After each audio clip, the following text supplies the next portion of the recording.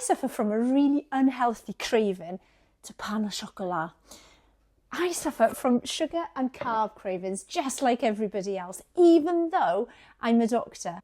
And even though I advocate lifestyle medicine and spend my days helping people lose weight and reverse their diabetes, if anybody knows how important it is not to eat that food, it should be me. But nevertheless, here I am. I have the same desire for sugar as other human beings, despite my brain knowing exactly what the consequences of this can be on my health.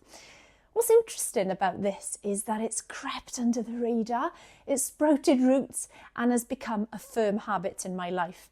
It started actually with a bad day.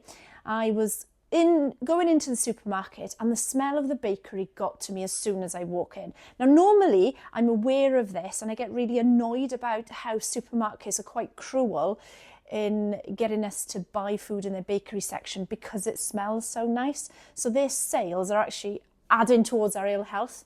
But anyway, on this particular day, I just gave in. I got home, I put it in the microwave for a few seconds and had the most delicious pain au chocolat I've ever had.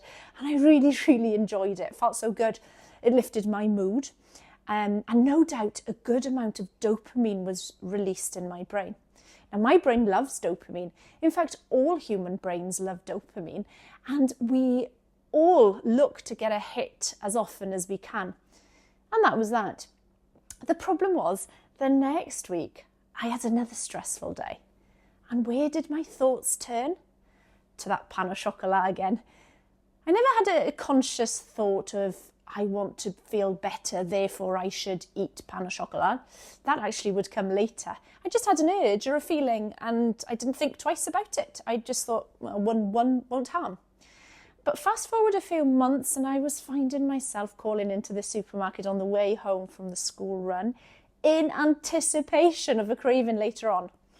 Fast forward another few weeks because it escalated quite fast and I was needing two to satisfy my need and I couldn't keep it until later anymore. I would need it as soon as I bought it.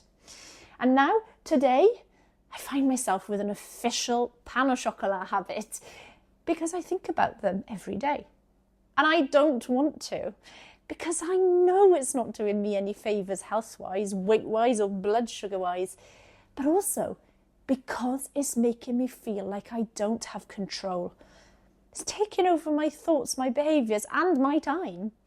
So now I need to consciously uproot this bad habit and it is starting now. And what's fascinating is this. And some people who've done my 10-day sweet tooth challenge, you'll know about something called the CRAVED questionnaire. So it's a screening tool that we use to identify whether a patient has a true addiction. We often use it for alcohol, but this one's been adapted for sugar. And I'll take you through it because I think it's really interesting. So you score a point for each answer that's true. Yeah, take a minute to think about a food that you crave or you've got a weakness for, okay? Let's do these questions. So the first one, have you ever had such a strong desire or sense of compulsion at the thought of eating a food that you could not resist? Yes. The second one, have you ever noticed that you need to eat or use increased amounts of these foods to get the same effect as compared to when you started? It's a sign of increased tolerance. Yes. Have you ever noticed a growing neglect towards planning of activities because you were either too tired, hungover or unwell because of that food? That's a really significant one. I'm glad to say we're not there yet, but you might be. And the fourth one, have you ever used more of these foods than you intended on more than one occasion? So that's a sign of loss of control or needing more volume. And the fifth, have you ever experienced at least two of the following symptoms when you cut down or stop using them? So symptoms of sugar withdrawal would be feeling angry, feeling down, increased cravings that you cannot control, sometimes feeling shaky, feeling faint, feeling very tired, needing to nap in the day. Those are the types of things. And the sixth, have you ever continued to eat these foods despite somebody else telling you that you should not? So for example, if you've got pre-diabetes, diabetes, high blood pressure, also mental health, has somebody ever told you not to and you've continued? So when I apply this to my pain au chocolat habit, then I score a whopping 4, which is a bit embarrassing. And if this was alcohol, I would really be recommending therapy for my patients. And so, my friends, this scenario is what's inspired me to write courses and to help people on this very topic.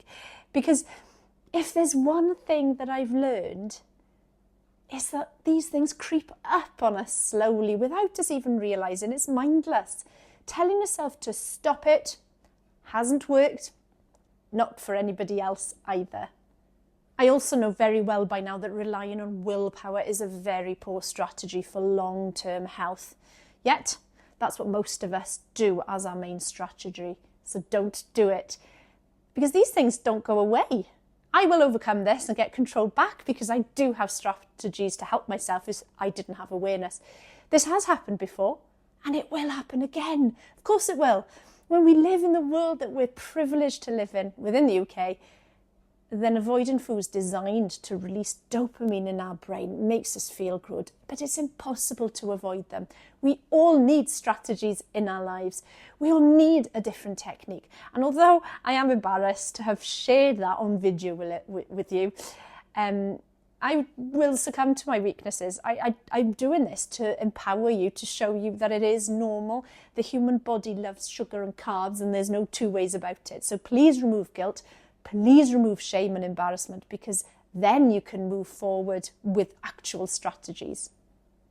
Now, if this video has resonated with you, I'll put some links underneath this video about masterclasses that I have on my website for you to learn these strategies and change your approach for good.